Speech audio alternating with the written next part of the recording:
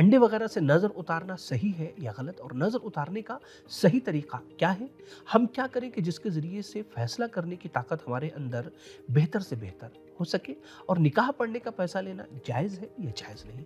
आए इन सवालात के जवाब जानते हैं इस वीडियो में। सबील कमेंट वो प्रोग्राम है जिसमें आप अपना सवाल हमें कमेंट बॉक्स में भेजते हैं और उनमें से सेलेक्टेड सवालों का जवाब पूरी दुनिया में 100 से ज्यादा उलमा के जरिए दिया जाता है। बिस्मिल्लाहिर्रहमानिर्रहीम, अल्लाहुम्मा सल्लि अला मुहम्मद व आलि मुहम्मद व अज्जिल फरजहुम। नाज़रीन किराम, अस्सलामु अलैकुम। उम्मीद करते हैं कि आप बखैर आफियत होंगे।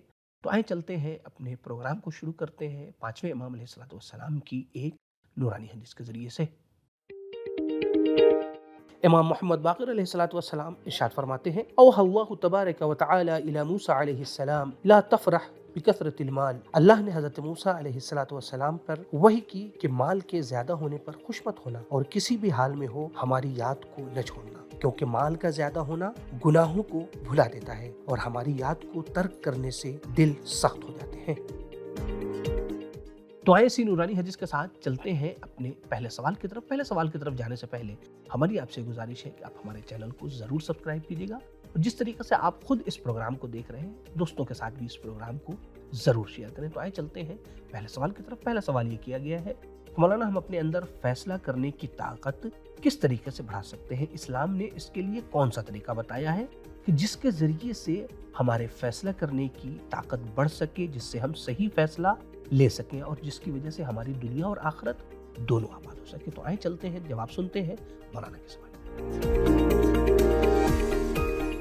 बिस्मिल्लाहिर्रहमानिर्रहीम। देखिए, फैसला लेना एक ऐसा काम है जिसे हर किसी को अंजाम देना होता है। अब अगर उसने सही फैसला लिया तो उसकी दुनिया भी आबाद है और आखिरत भी, लेकिन एक गलत फैसला इंसान की जिंदगी से चैन और सुकून छीन लेता है, यहाँ तक कि उसकी आखिरत को भी नुकसान पहुँचाता है। लिहाजा किसी भी चीज़ का फैसला लेने से पहले इस्लाम ने कुछ मवारिद बताए हैं जिनका लिहाज करने से हमारे लिए हुए डिसीजंस सही और बेहतर होंगे। सबसे पहले तो इल्म हासिल करें। सही फैसला करने के लिए इल्म और समझबूझ की जरूरत होती है। कुरान और हदीस में बार बार इल्म के हुसूल की अहमियत पर जोर दिया गया है। फैसला करने से पहले मुताल्लिका इल्म हासिल करना बहुत जरूरी है ताकि इंसान गलत फैसले न करे। दूसरा, सब्र और इस्तिकामत। सही फैसला करने के लिए सब्र की जरूरत होती है। बाज़ औक़ात फौरी तौर पर फैसला करना मुश्किल होता है या आमतौर पर जल्दबाजी में लिए गए फैसले पर पछताना पड़ता है, इसलिए फौरन रिएक्शन दिखलाने के बजाय सब्र से काम लेना चाहिए। इससे सूरत हाल और वाज़ेह और क्लियर हो जाएगी। तीसरा, माजी से सीखना। अपने माजी के तजुर्बों का तज्जिया करना और उनसे सीखना भी जरूरी है। इंसान को अपने तजुर्बियात से सीखकर बेहतर फैसले करने की कोशिश करनी चाहिए। यही वजह है कि कुरान मजीद में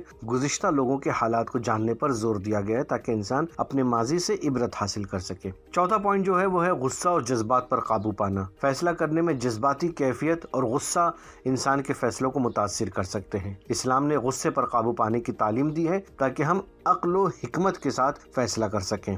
पांचवा, दुआ और अल्लाह से रहनुमाई। सही फैसला करने के लिए एक सबसे अहम जो पॉइंट है वो ये कि अल्लाह से हिदायत की दुआ करना बहुत ज़रूरी है। अल्लाह से रहनुमाई के लिए इस्तिग़फ़ार और दुआ करना बेहतरीन तरीका है। छठा, मशवरा करना। इस्लाम में मशवरे की बहुत अहमियत है। अल्लाह ने कुरान में मुसलमानों को हुक्म दिया कि वो अपने उमूर में एक दूसरे से मशवरा करें। सही फैसला करने के लिए मशवरा बहुत अहम है, क्योंकि दूसरे अफराद के तजुर्बात और मशवरे इंसान को बेहतर फैसला करने में मदद देते हैं। पैगम्बर अकरम सल्लल्लाहु अलैहि वसल्लम फरमाते हैं, जो शख्स अपने मामले में मशवरा लेगा वो कभी पशेमान नहीं होगा। और सबसे आखिरी और अहम पॉइंट जो है वो है अल्लाह की ज़ात पर भरोसा और तवक्कुल करना। अल्लाह पर तवक्कुल करने का मतलब है कि आप जो भी फैसला करें उसमें अल्लाह की रज़ा को मद्देनजर रखें और फैसला करने से पहले उससे रहनुमाई की दुआ करें। अल्लाह पे तवक्कुल करने से इंसान को सुकून मिलता है और फैसला करने में आसानी होती है। कुरान में अल्लाह ताला ने फरमाया, और जब तुमने फैसला कर लिया तो फिर अल्लाह पर भरोसा करो, बेशक अल्लाह तवक्कुल करने वालों से मोहब्बत करता है।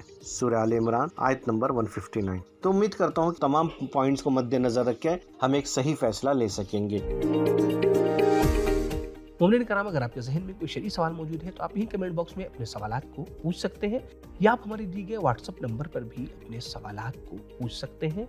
लेकिन हाँ, अगर आपका कोई पर्सनल सवाल है तो आप हमारी दी गई ईमेल आईडी पर अपने सवालात को पूछ सकते हैं। लेकिन हाँ, हर सूरत में मर्जा वक्त का नाम जरूर लिखा करें। तो आए चलते हैं अपने दूसरे सवाल की तरफ। दूसरा सवाल ये किया गया है कि जनाब, वाजिब कामों की उजरत तो लेना हराम है, पैसा लेना हराम है, तो फिर निकाह का पैसा लेना सही है या सही नहीं है? आए जवाब सुनते हैं। یقیناً واجبات کی انجام دہی کے لیے یعنی واجب امور کے انجام دہی کے لیے اجرت لینا جائز نہیں ہے، حرام ہے، چاہے وہ واجب امور تعبدی ہو، توسلی ہو، یا عینی ہو یا کفائی ہو۔ بہرحال مطلقاً اگر واجب ہے تو ان امور کے انجام دہی کے لیے اجرت لینا حرام ہے۔ مگر یہاں پر ایک بات عرض کر دینا ضروری ہے، اگر کوئی کار واجب کے ضمن میں کچھ اضافی کام کر رہا ہے تو اس کے بدلے وہ اجرت لے سکتا ہے۔ جیسے مثلاً اگر کوئی غسل دے رہا ہے میت کو تو غسل میت کے ضمن میں اگر وہ میت کو پاک بھی کر رہا ہے، صاف بھی کر رہا ہے تو وہ اس چیز کا اجرت لے سکتا ہے۔ اسی طرح اگر کوئی نماز میت پڑھا رہا ہے، ساتھ میں وہ دو تلقین پڑھ رہا ہے یا ایک تلقین پڑھ رہا ہے تو وہ تلقین کی نیت سے لے سکتا ہے، اور اسی طرح وہ آنے جانے کے لیے بھی لے سکتا ہے۔ مثال کے طور پر اس کا گھر سے ادائے واجب کے لیے جہاں جانا ہے نماز پڑھانے کے لیے، یا واپس جہاں گھر وہاں سے گھر جائے گا، لہٰذا آمد و رفت کے عنوان سے بھی پیسہ لے سکتا ہے۔ اسی طرح آیت اللہ سیستانی کا فتویٰ یہ ہے کہ اگر اقامہ نماز کر رہا ہے کسی مسجد میں تو وہ بھی آنے جانے کے عنوان سے بھی پیسہ لے سکتا ہے، اور اقامہ نماز مخصوص وقت پر مخصوص جگہ کے لیے بھی لے سکتا ہے، یعنی امام جماعت پیسہ لے سکتا ہے، اجرت لے سکتا ہے، کیونکہ اس پر مخصوص وقت پر مخصوص جگہ پر جا کر نماز پڑھنا اس پر واجب نہیں ہے، وہ دوسروں کو پڑھنے کے لیے وہ مسجد میں جا کر مخصوص وقت پر وہ پڑھ رہا ہے۔ لہٰذا آیت اللہ سیستانی حفظہ اللہ شریف کے فتوے کے مطابق امام جماعت مخصوص وقت میں مخصوص جگہ پر نماز جماعت اقامہ کرنے کے لیے لے سکتا ہے اجرت، مگر ساتھ میں یہ بھی کہتے بہتر ہے وہ اس امر کے لیے بھی نہ لے۔ اب رہی بات نکاح کے صیغے پڑھنے کے لیے، نکاح کے صیغوں کا پڑھنا واجب نہیں ہے، بلکہ وہ خود اس کو پڑھنا ہے جو نکاح پڑھ رہا ہے، وکیل بننا واجب نہیں ہے، لہٰذا جب واجب نہیں ہے تو اس کی اجرت لے سکتا ہے۔ خود اس کو نکاح کرنا واجب نہیں ہے جب تک اس کو حرام میں مبتلا ہونے کا خطرہ نہ ہو۔ جب حرام میں مبتلا ہونے کا خطرہ ہے تو اس کو نکاح کرنا واجب ہے، مگر صیغے پڑھنا سامنے والے پر واجب نہیں ہے۔ جب واجب نہیں ہے تو نکاح کے صیغے پڑھنے کا صیغہ پڑھنے والا وکیل وہ اس کی اجرت لے سکتا ہے اور معین کر کے لے سکتا ہے۔ مومنین کرام، جیسا کہ آپ کو معلوم ہے کہ سبیل میڈیا گروپ جتنے بھی پروگرام کو آپ مومنین کے سامنے پیش کرنے کی سعادت حاصل کر رہا ہے وہ صرف اور صرف امام زمانہ جل اللہ تعالیٰ فرجہ شریف کا لطف اور آپ مومنین کا سپورٹ اور تعاون ہے۔ مزید سپورٹ اور تعاون کے لیے پیٹریون کے ذریعے سے منتھلی ممبرشپ حاصل کر سکتے ہیں۔ آیت اللہ سیستانی حفظہ اللہ اور آیت اللہ خامنی حفظہ اللہ دونوں مراجع کرام کے خمس کا اجازت سبیل میڈیا گروپ کے پاس موجود ہے، تو خود بھی خمس کی رقم کے ذریعے سے سبیل میڈیا گروپ کو سپورٹ کر سکتے ہیں۔ دیگر دوستوں اور مومنین کو بھی بتائیں کہ وہ آ کر سپورٹ کریں۔ تو آئے چلتے ہیں اپنے آخری سوال کی طرف۔ بہت ہی اہم سوال ہے۔ سوال یہ ہے کہ نظر اتارنے کا صحیح طریقہ کیا ہے؟ کیا انڈے سے جو نظر اتارتے ہیں یا لال مرچ سے، تو کیا یہ صحیح ہے؟ اسلام میں اس قسم کی چیزیں بتائی گئی ہیں کیا، یا یہ لوگوں کی ایجاد ہے؟ تو آئے جواب سنتے ہیں حجت الاسلام والمسلمین علی جناب مولانا ظہور مولوی صاحب سے۔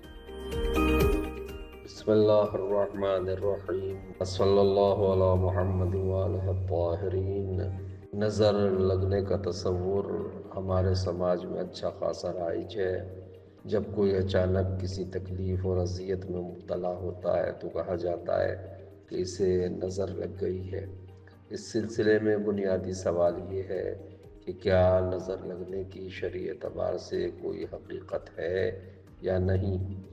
جواباً عرض ہے کہ یہی سوال ایک سائل نے خداوند متعال کے معصوم ولی فرزند رسول حضرت امام رضا علیہ السلام سے بھی کیا تھا۔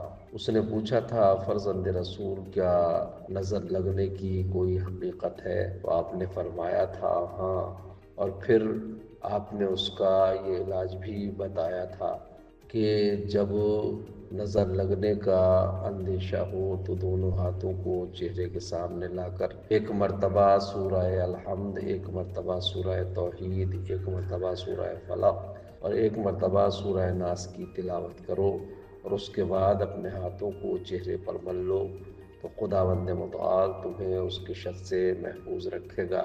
یہ تو نظر لگنے سے بچنے کا طریقہ تھا، لیکن اگر نظر لگ جائے تو اسے دفع کرنے کا سادہ ترین نسخہ روایات میں یہ بتایا گیا ہے کہ سورہ فلق اور سورہ ناس کی تلاوت کی جائے، لیکن انڈا پھوڑ کر یا مرچیں جلا کر نظر اتارنا شرعی عمل نہیں ہے اور قرآن و روایات سے اس عمل کی تائید نہیں ہوتی ہے۔ لہٰذا مومنین کرام کو نظر لگنے یا نظر سے بچنے یا اسے دفع کرنے کے سلسلے میں معصومین کے بتائے ہوئے دستور پر عمل کرنا چاہیے اور انڈا پھوڑنے یا مرچیں جلانے جیسے خرافاتی عمل سے پرہیز کرنا چاہیے، چونکہ بہت ممکن ہے کہ یہ خرافاتی عمل اسراف شمار ہو اور بلا شبہ اسراف حرام اور گناہ کبیرہ ہے۔ السلام علیکم ورحمۃ اللہ وبرکاتہ۔